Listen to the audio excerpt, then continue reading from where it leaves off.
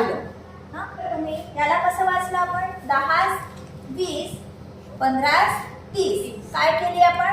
दोन संख्यांची तुलना केली. काय केली? दोन संख्यांची तुलना केली. आता समजा या दोन गुणोत्तरांची आपल्याला तुलना करायची आहे हा. 10 20 म्हणजे किती रे? एकास बरोबर. 10 20 म्हणजेच एकास दोन. हे 15 30 म्हणजेच एकास एकास दोन. दोन्ही बरोबर वाटतायत का? हे वाटतायत. म्हणजे जेव्हा आपण ही संख्यांची तुलना केली तेव्हा त्याला काय म्हटलं होतं? गुणोत्तर. आता समजा आपण म्हणतोय 10 20 हे 15 30 च्या बरोबर आहे. आहे का? दोन्ही बरोबर आलं आहे. म्हणजे हे दोन्ही बरोबर आहे. आहे दोन्ही बरोबर. दोन्हीचं संक्षिप्त रूप बरोबर आलेलं आहे.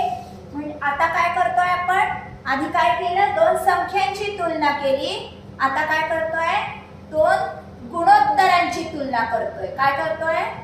दोन गुणोत्तरांची तुलना करतो आहे. गुणोत्तरांची तुलना म्हणजेच काय? प्रमाण. समजला? प्रमाण म्हणजे काय? मग दोन गुणोत्तरांची तुलना. प्रमाण म्हणजे काय? दोन गुणोत्तरांची तुलना म्हणजे प्रमाण.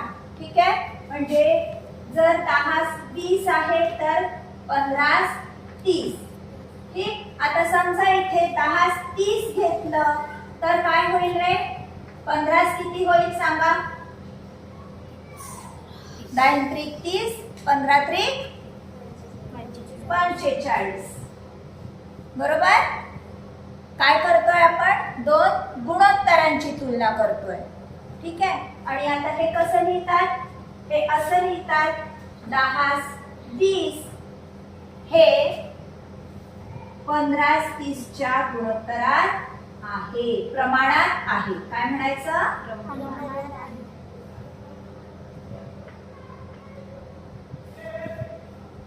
हे कसं म्हणू आपण? 10 20 हे 15 30 च्या प्रमाणात आहे. म्हणजे दोन्ही गुणोत्तर कशी आहेत? प्रमाणात आहे. हे कसं लिहिणार? 10 30 तर 15 45. ठीक आहे. आलं लक्षात? आपण गुणोत्तरासाठी काय वापरले होते? हे दोन टिंब वापरले होते. गुणोत्तर प्रमाणात दाखवण्यासाठी आपल्याला किती टिंब वापरायची आहे? 1 2 3 4. ठीक आहे. हेच आपण असं लिहू शकतो. जर A B C आणि D आपल्याला म्हटलं की ह्या चारही संख्या कशा आहेत? प्रमाणात आहेत. म्हणजेच कशा आहेत? प्रोपोर्शन मध्ये. ह्यालाच काय म्हणायचं? प्रोपोर्शन. हा. प्रोपोर्शन मध्ये आहेत. याचा अर्थ काय? A बाय B बरोबर C बाय D. त्यालाच असं सुद्धा लिहू शकतो. A B म्हणजे A ला B आणि C ला D. ठीक आहे. या दोन्ही हे दोन्ही गुणोत्तर कसे आहेत? प्रमाणात आहेत. हे दोन्ही गुणोत्तर प्रमाणात आहेत.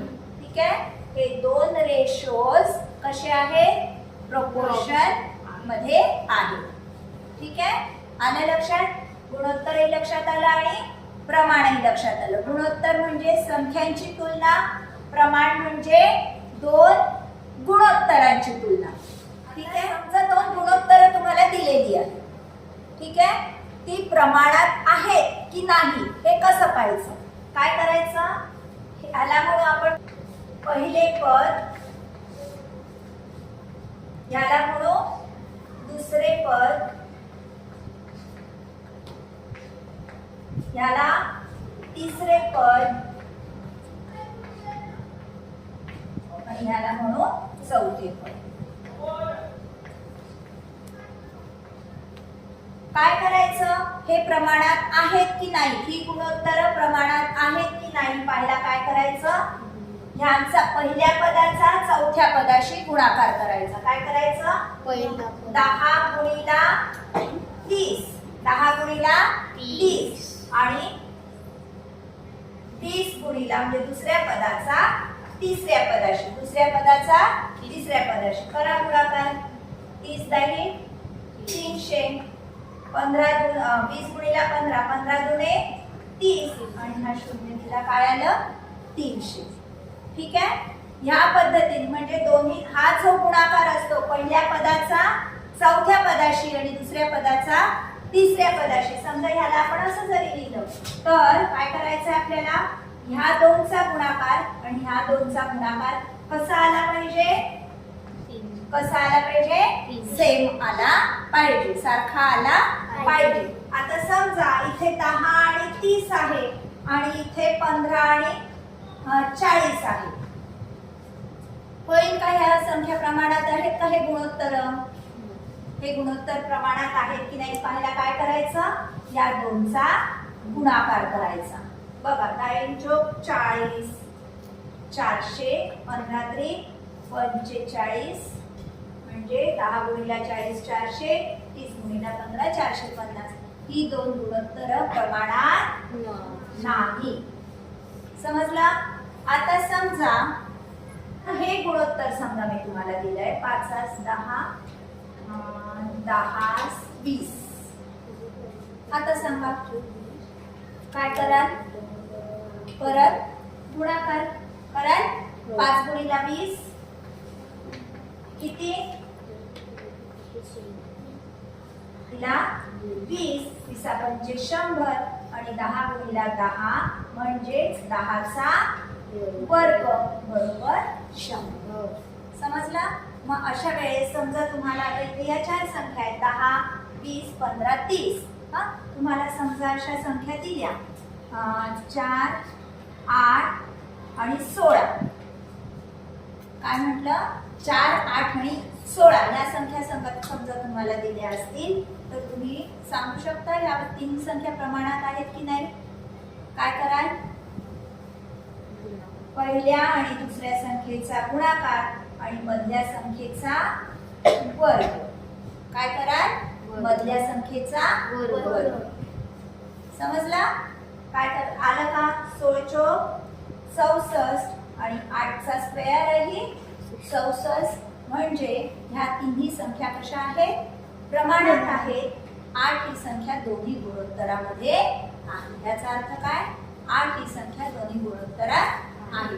पहिल्या गुणोत्तराचं दुसरं पद आणि दुसऱ्या गुणोत्तराचं पद. ठीक आहे, वरचं पद म्हणजे चारही संख्यांमधलं तिसरं पद असं तुम्ही म्हणू शकता. ठीक आहे. गुणोत्तर आणि प्रमाण लक्षात आलं. प्रमाणात आहेत की नाही हे कसं ओळखायचं हेही लक्षात आलं. व्हिडिओ आवडल्यास नक्की लाईक, शेअर आणि कमेंट करा. आणि हो, सबस्क्राईब केलं नसेल तर अवश्य सबस्क्राईब करा, म्हणजे मी नवीन अपलोड केलेल्या व्हिडिओजचे तुम्हाला नोटिफिकेशन्स मिळतील. धन्यवाद.